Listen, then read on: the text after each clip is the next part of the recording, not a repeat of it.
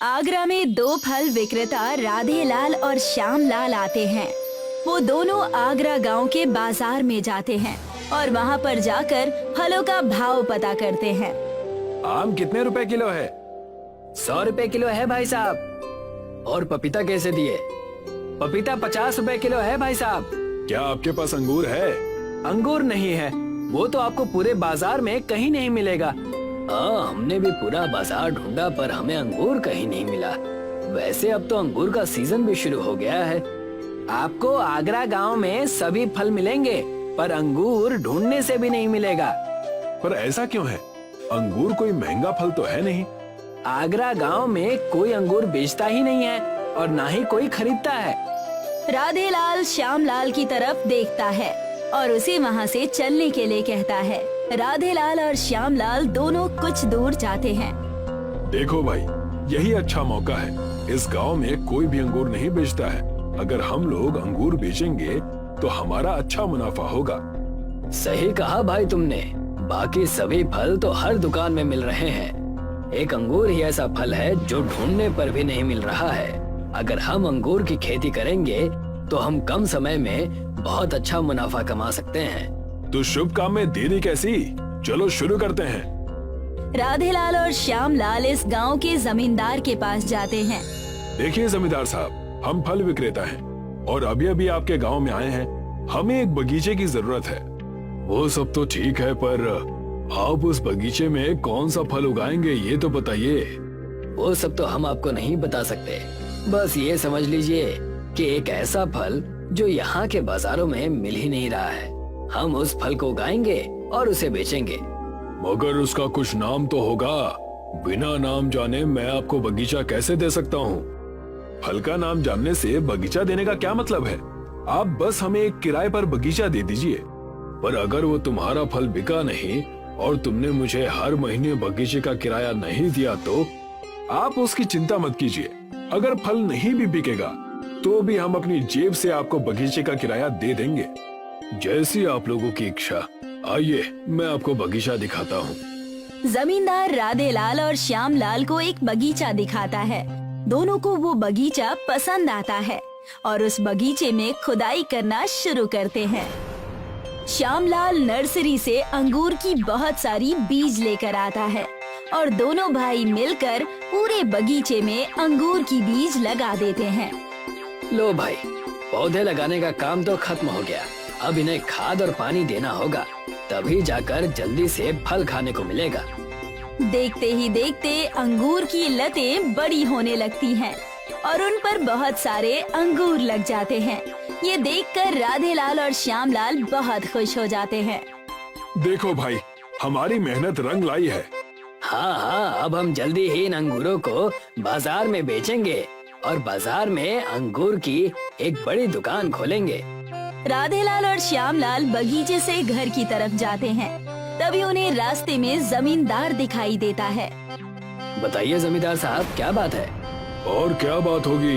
6 महीने हो गए और तुम लोगों ने मुझे बगीचे का 1 महीने का किराया भी नहीं दिया।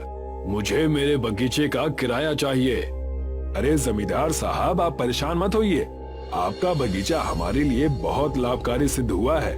हमने जो फल उगाए थे वो अच्छी मात्रा में हुए हैं और अब हम जल्दी उन्हें बेचकर आपके 6 महीने का किराया एक साथ दे देंगे। बस 1 महीना और इंतजार कीजिए, आपको आपका किराया मिल जाएगा। ठीक है, मैं 1 महीना और इंतजार कर लेता हूँ, पर इस बार कोई बहाना नहीं चलेगा। ऐसी नौबत ही नहीं आएगी। 1 महीने बाद हम लोग खुद ही पैसा लेकर आपके पास आ जाएंगे। इतना कहकर राधेलाल और श्यामलाल वहाँ से चले जाते हैं। राधेलाल और श्यामलाल अपने बगीचे में जाकर अपनी उगाई हुई अंगूरों को तोड़ने लगते हैं। राधेलाल और श्यामलाल दोनों अंगूर तोड़कर बाजार में जाते हैं और वहाँ पर बाकी फल विक्रेताओं के बीच में अंगूर का ठेला लगाकर खड़े हो जाते हैं। ले लो, ताजे ताजे अंगूर ले लो। भाई साहब, अंगूर कैसे दिए? 100 रुपए किलो। 1 किलो दे दीजिए। ग्राहक अंगूर लेकर अपने घर चली जाती है। राधेलाल और श्यामलाल दूसरे ग्राहकों को अंगूर बेच रहे थे कि तभी वहाँ पर पहली वाली ग्राहक चिल्लाती हुई आ गई। अरे रे, ये अंगूर बेचे हैं वो अंगूर कम, लोहे की जंजीरें ज्यादा लग रही है। ग्राहक की ये बात सुनकर राधेलाल और श्यामलाल दोनों चौंक जाते हैं। लोहे के अंगूर? तुम पागल तो नहीं हो गए? यकीन नहीं आता तो खुद ही खा के देख लो ना। राधेलाल अंगूर खाने के लिए मुंह में डालता है। जैसे ही वो अंगूर अपने दांत से काटने लगता है तो उसके दांतों में दर्द होने लगता है। भाई, ये तो सच में लोहे का अंगूर है। राधेलाल के मुंह से ये बात सुनकर सभी ग्राहक वहाँ से चले जाते हैं। अब क्या करोगे? देखते हैं क्या होता है आगे। राधेलाल और श्यामलाल दोनों अंगूर का ठेला पकड़कर घर के लिए जाने लगते हैं। तभी उन्हें रास्ते में जमींदार मिलता है। अच्छा, तो यहाँ हो तुम दोनों। 1 महीने का वक्त मांगा था तुमने और 2 महीने हो गए हैं। मुझे मेरे पैसे अभी चाहिए। देखिए जमींदार साहब, हमारा एक भी फल नहीं बिका। हम आपको पैसे कहाँ से देंगे?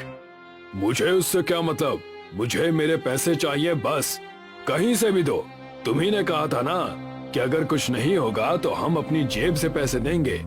हाँ, कहा तो था, पर हमारे सारे पैसे फलों को उगाने में खत्म हो चुके हैं। बस कुछ दिनों की मोहलत और दे दीजिए, हम आपके सारे पैसे ब्याज सहित वापस कर देंगे। ठीक है, तुम्हारे पास 10 दिन का समय है। अगर पैसे नहीं दिए तो मैं अपने बगीचे से तुम्हारे फलों के पौधों को उखाड़ कर फेंक दूंगा। राधेलाल और श्यामलाल दोनों बहुत परेशान हो जाते हैं। दोनों गांव के एक विद्वान आदमी के पास जाते हैं। ताऊ जी, हमारे उगाए हुए सारे अंगूर लोहे के अंगूर हो गए हैं। समझ ही नहीं आ रहा कि क्या करें। बेटा, ये सब बूढ़ी लोमड़ी का श्राप है। कौन सी लोमड़ी? बहुत साल पहले एक भूखी लोमड़ी खाने की तलाश में इस गांव में आई और उसने यहाँ पर एक बहुत लंबी अंगूर की बेल देखी। वो अंगूर खाने के लिए बेल पर छलांग लगा रही थी, पर अंगूर तक नहीं पहुँच पाई। गांव वालों ने उसका बहुत मजाक उड़ाया और लोमड़ी ने इस गांव को श्राप दिया कि जिस तरह वो इस गांव के अंगूर नहीं खा पाई, उसी तरह आज के बाद इस गांव में कोई भी अंगूर नहीं खा पाएगा और सारे अंगूर लोहे के हो जाएंगे। इस श्राप को कैसे खत्म करेंगे?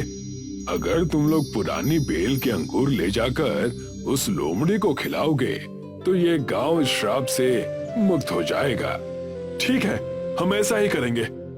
राधेलाल और श्यामलाल उस पुरानी बेल के पास जाते हैं और उससे कुछ अंगूर तोड़ते हैं और उन्हें लेकर जंगल की तरफ जाते हैं।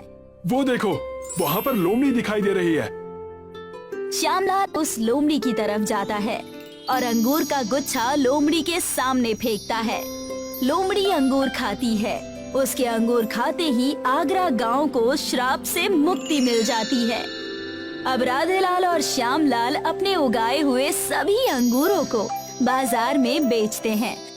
अंगूर बेचकर राधेलाल और श्यामलाल आगरा गांव में फलों की एक बड़ी सी दुकान खोल देते हैं।